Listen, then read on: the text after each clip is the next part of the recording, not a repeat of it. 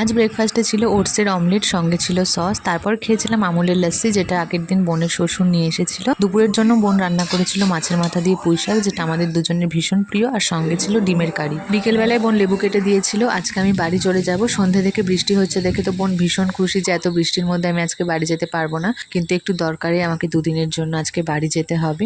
বৃষ্টি হলেই আমাদের সকলের স্পেশাল খাওয়া দাওয়ার ইচ্ছাটা একটু বেড়ে যায়। এখানে আলু ভাজা দেখে তো মনে হচ্ছে মাংস রান্না হবে, তবে আজকে মাংস রান্না হবে না। বড় দেখে ডেচকি বসানো হয়েছে, যার মধ্যে জল গরম হতে দিয়ে দেওয়া হয়েছে। এত বড় ডেচকি নেওয়া হয়েছে কারণ যেই রান্নাটা করা হবে সেটা নাড়তে একটু সুবিধা হবে। আজকে রান্না হবে খিচুড়ি, তাও আবার খাসির চর্বি দিয়ে। এত বৃষ্টির মধ্যে তো কেউ আর খাসির চর্বি আনতে যেতে পারেনি। দোকানে ফোন করা হয়েছিল, দোকান থেকে বাড়িতে দিয়ে গেছে।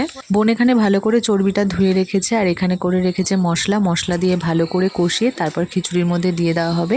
এদিকে আমাদের চাল আর ডাল অলমোস্ট সেদ্ধ হয়ে গেছে। চর্বিটা ভালো করে কষিয়ে সেদ্ধ করা চাল আর ডালের মধ্যে দিয়ে দেওয়া হলো। এবার ভালো করে ফুটিয়ে গরম মশলা দিয়ে নামিয়ে নিলে রেডি খাসির চর্বি দিয়ে খিচুড়ি। খিচুড়ি প্রেমী মানুষদের তো দেখেই জিভে জল চলে এসেছে। বৃষ্টির দিনে কারা কারা খিচুড়ি খেতে পছন্দ করো অবশ্যই কমেন্ট করে জানিও।